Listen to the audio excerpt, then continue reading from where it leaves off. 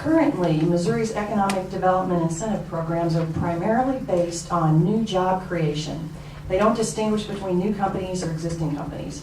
Other states have been targeting Missouri businesses that are ready to expand and offering enhanced economic development incentives to relocate and expand in their state.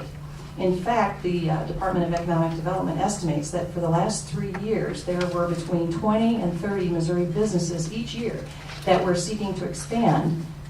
They were courted by other states, and they received an economic development incentive proposal from DED to keep their operations in Missouri.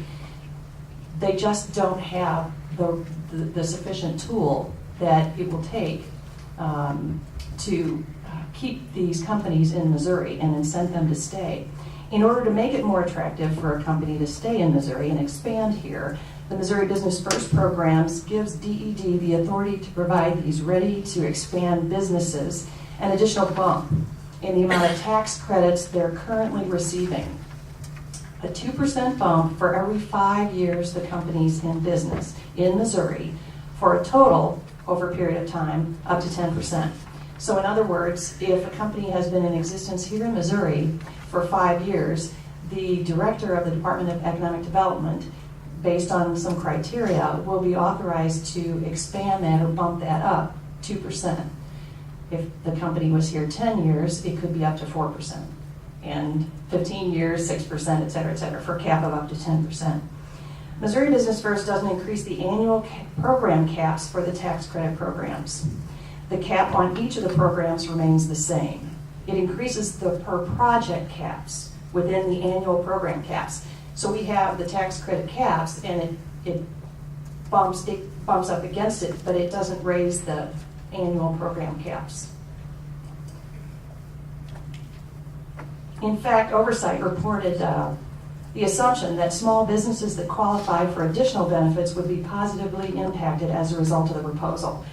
This bump of benefits of the program wouldn't be approved by the director of DED unless DED determines that each project has a positive net state benefit based on, number one, net new jobs to the state, number two, met the criteria of an expanding Missouri business that has been here for at least 5 years, and that the project will provide a demonstrable benefit to the economy of the state.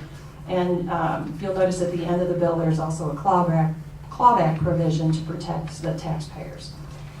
What the Missouri Business First program does provide current businesses an additional incentive to remain in Missouri and expand here, bringing more jobs and additional economic development to our state. I see it as kind of a loyalty program for Missouri businesses and another incentive tool for the Department of Economic Development to utilize. Mr. Chairman, members of the committee, and representative, thank you very much. We certainly welcome the opportunity to be here today to talk about a very important piece of legislation, particularly in these challenging times. I want to say that I'm going to keep my comments very short because I think Representative Zarek did an outstanding job of overviewing the bill. It's not an overly complex bill. It's relatively simple, but the importance of the bill can't be underestimated. So again, I think she's done an outstanding job of overviewing the bill. I'll make just a couple of quick comments. Certainly we know that right now getting Missourians back to work is probably one of the highest priorities that we have. And certainly one of the ways we have of doing that is making sure that existing Missouri businesses are in a position that they can prosper and they can be successful. And that's exactly what this bill is all about. This bill is about helping Missouri companies that have an interest in expanding have the tools and economic incentives they need to make that decision. They have several options. They can not expand, they can expand within the state, or if they expand, they can expand in a different state. And certainly there's been references made to some degree that this is a loyalty or affinity plan, and that's absolutely correct. Because we want to make sure that we make Missouri businesses feel like they are a valued part of our state and our community. And this is one way that we can do that. We certainly want to give them the economic incentives they have to keep their business here in the state. Many of us, like many of you, have had a long career in business, and certainly I think you understand from a marketing and sales perspective that every customer that you lose, it takes 2 customers to replace. And I believe the same is true in terms of businesses. We have solid, outstanding historical businesses that have been in the state for many, many years.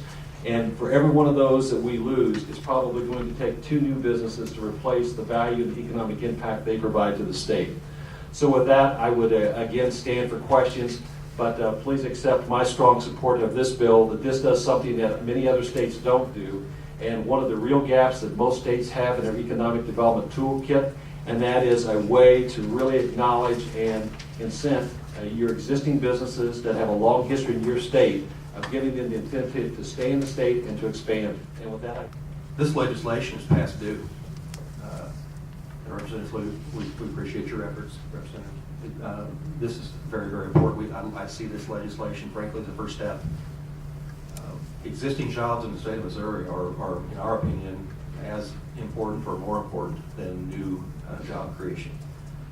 I can't tell you how strongly nonpartisan this bill seems to be and should be, and a tremendous first step in providing existing employers who are paying good wages, benefits, and supporting families throughout the state of Missouri.